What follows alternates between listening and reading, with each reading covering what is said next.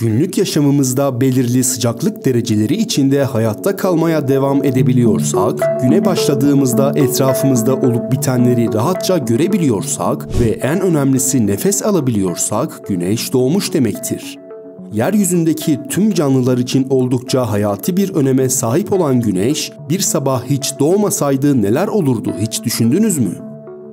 10 dakika, bir gün, bir ay ya da bir yıl boyunca yeryüzünde güneşin varlığı silindiğinde insanları, canlıları, tüm organizmaları nasıl bir hayat beklerdi ya da yaşamımıza devam edebilir miydik?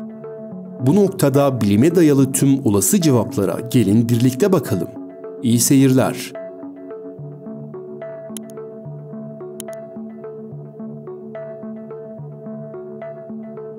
Işığın güneşten dünyaya seyahati yalnızca 8 dakika sürer ve bu güneşteki kayıp protonları ve parçacıkların dünyaya doğru ilerlediği anlamına gelir. İster gece yarısının en karanlık saatlerinde olsun, ister güneşli bir öğle vakti. Güneş ortadan kaybolur kaybolmaz 8-9 dakika içerisinde gözle görülür bir şekilde fark edebileceğimiz bir karanlık tüm yeryüzüne hakim olur ve bu noktada bazı değişimler meydana gelir. Net bir görüşe ihtiyaç duyan uçaklar ve gemiler görüşünü kaybeder. Yapay ışığın o an için olmadığı çok sayıda oda, bina ve bölge tamamen karanlığa gömülür.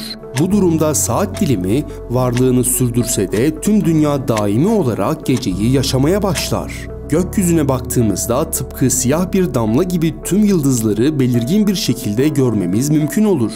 Bunun sebebi ise güneşin sağladığı ışık kaynağının yok oluşudur. Bunun yanında ayın varlığından hiçbir şekilde emin olamayız. Çünkü güneşin kaybolmasıyla ayın yansıtabileceği herhangi bir ışık yoktur. Güneşin varlığını yitirmesinden yaklaşık 8-9 dakika sonra yerçekimi tamamen durur. Dünya güneşin etrafında dönmeyi bırakır ve bunun yerine uzayda düz bir çizgide hareket etmeye başlar.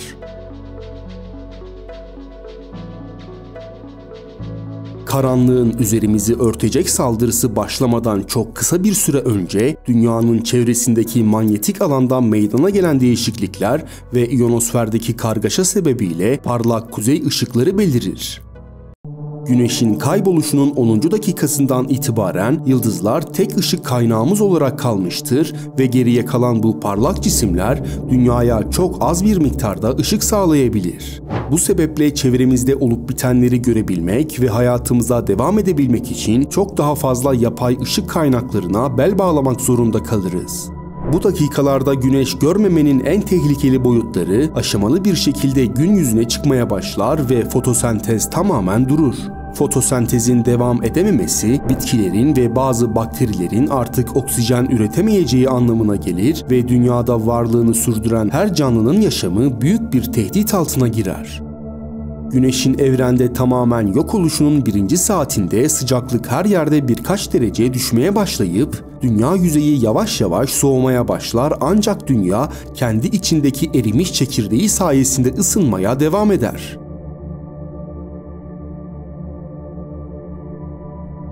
Peki gelelim asıl soruya.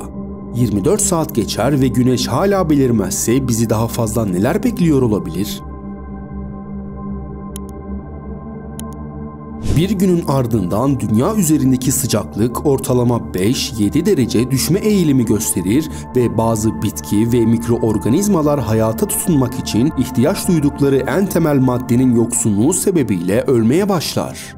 Okyanus canlılarının ise habitatları karanlık ve soğuk olduğundan bir kısmı neredeyse hiçbir değişiklik hissetmez. Bu süre bir haftaya yaklaştığında dünya çapında ortalama sıcaklık -17 derece düşer. Tektonik fayların olduğu bazı bölgelerde hava hala ılımanlığını korurken otçul olan ve yaşamak için belli sıcaklık seviyelerine ihtiyaç duyan hayvanlar tamamen yaşamını yitirir. Sığ sularda yaşayan canlılar da aşırı soğuk sebebiyle hayatını kaybetmeye başlar. Bir ayın sonunda sıcaklık düşüşleri devam eder ve neredeyse dünyanın tüm yüzeyi buzla kaplanır. Ortalama sıcaklık -30 derecedeyken tüm bitki örtüsü ve siyanobakteriler bazı özel türler hariç yaşamını yitirir. Örneğin her daim yeşil kalan kozalaklı ağaçlar hayata tutunmaya devam etseler de güneş olmadığı için artık oksijen üretemezler. Bazı bakteriler standart hayatını sürdürmeye devam eder ve dünya üzerinde yaşam jeotermal kaynaklardan ve yeraltı sularından beslenir. Okyanusta yaşamını yitiren canlıların sayısı ise giderek artar. Bir yıl sonra ise dünyanın yüzeyi ve okyanuslar kalın bir buz tabakasıyla kaplanır. Bu noktada hava sıcaklığının eksi 40 dereceye ulaşması mümkündür ve yaşam yalnızca okyanusların altında devam eder. Profesör David Stevenson'a göre yeryüzünün sıcaklığı eksi 160 dereceye varana kadar dünya binlerce yıl daha soğumaya devam edecek ve bu noktada dünya üzerinde bir yaşam sürmek kelimenin tam anlamıyla imkansız olacaktır. Bir başka videoda görüşmek üzere. Hoşça kalın.